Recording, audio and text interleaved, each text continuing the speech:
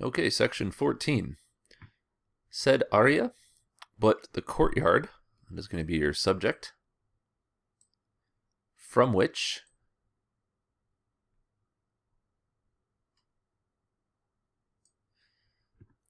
now we're in this relative clause here that started with from which the room or chamber. This is referring to where Pliny the Elder was resting. Was being approached, or was approached. The courtyard from which the chamber implied he was sleeping in was approached. Thus, already, ita iam had risen.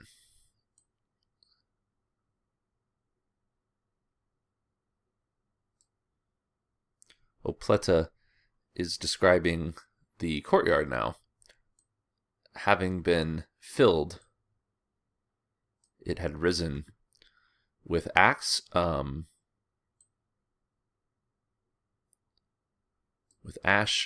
and with mixed pumice. It's that porous volcanic stone we talked about previously. So that if, and here we have a conditional, we need to imply a form of sum that's going to be esset. So we need the subjunctive. This would be the imperfect subjunctive. So that if there had been longior mora, a longer delay,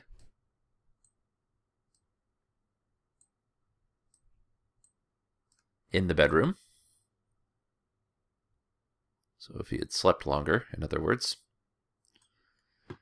a departure or exit, exitus, would be denied.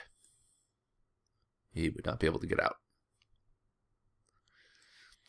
Our subject change is now going to be to Pliny the Elder in the nominative here with this participle, having been stirred up or awoken. He went out, procedit.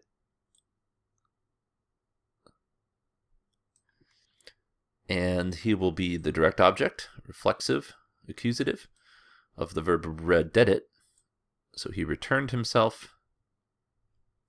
And then two dative and direct objects to Pomponinus and the others. And the others will be referenced with this relative pronoun, qui, who had stayed awake or who had stood watch.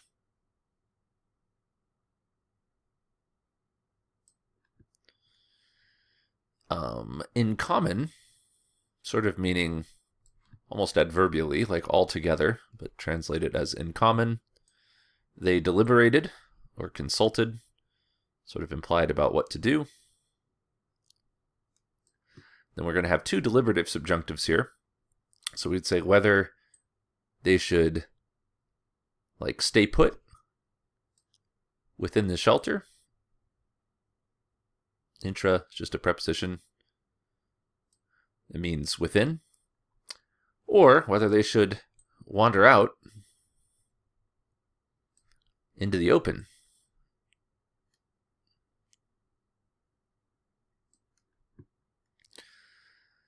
And they were certainly questioning the stability of their shelters, we'll see here, for nam the shelters.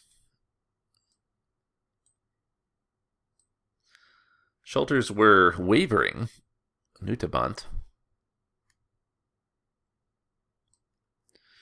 with frequent and vast tremors or tremblings. And as if the subject is still the shelters, the tecta, they were dislodged. We'd have to imply a sunt to make this a full perfect passive verb, or you can say, and as if having been dislodged, referring to those shelters, from their foundations. Sedibus in this context can refer to their kind of resting places as a building, which we in English would say foundation. They were seeming, videbantur on the next line, to go from or be returned,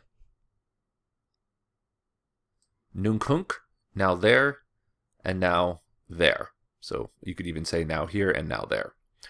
So to put all that together, as if the shelters, starting at quasi amota, having been dislodged from their foundations, now here and now there, they were seeming to go or to be brought back. So picture these kind of swaying back and forth of buildings that you would have in an earthquake type situation. Under the daylight, sub deo, this means more like open sky, would actually be a better translation. Under the open sky, because I'm sure there's quite a lack of daylight with the ash cloud. Again, rusus is going to be your adverb. Causus is our subject. That can either mean misfortune or the fall. Either sort of works here. Fall, since things are falling from the sky, will be really good. So the fall of light and hollow pumice. So levium is genitive. We'll circle that in. And hollow is exorcerum, both modifying pumice. Now, in reality, pumice is a little bit more porous, but it's certainly lightweight and feels more or less hollow. So the fall of these things was being feared. It's coming down from the sky. Still enough to do some damage, even though it's light and hollow. He selected... Actually, we could say quod, just which. Just understand that it's accusative. Which he chose or selected. This is referring to the choice to go outside rather than to stay put. So there were sort of two negatives to either one. The building didn't seem stable. It was shaking back and forth. You go outside, you've got falling debris from the sky. But the quote is going to be referring to the most recent option. So that which he chose, which is the going outside, nevertheless, with the collection or assessment of the danger. Collatio is going to be ablative with this genitive dependent upon it. With the assessment of the danger. And with him, meaning with Pliny the Elder, indeed, reason, ratio, we'll go all the way down here for our verb. This verb will be shared for two clauses. Reason conquered reason, indeed with him. With others, apud alios, fear, timor, conquered fear. So what does this actually mean? Well, the way to interpret this would be that Pliny the Elder was really thinking this through as sort of the two potentially rational decisions. There was danger either way, so you could make a rational justification for staying put or venturing out.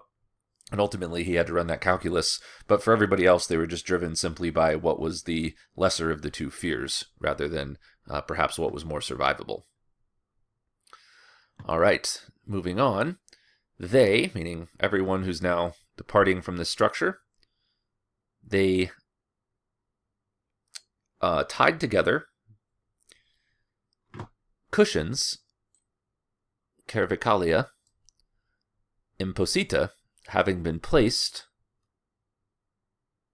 and we've got ablative placeware, capitibus, upon their heads. We have a separate ablative, it's just an ablative of means, by means of cloths. So in other words, they sort of tied them down with spare textiles. This id, this putting cushions on your head and going outside is what the id is referring to, was a protection or fortification adversus incendienta against the falling things. So another prepositional phrase.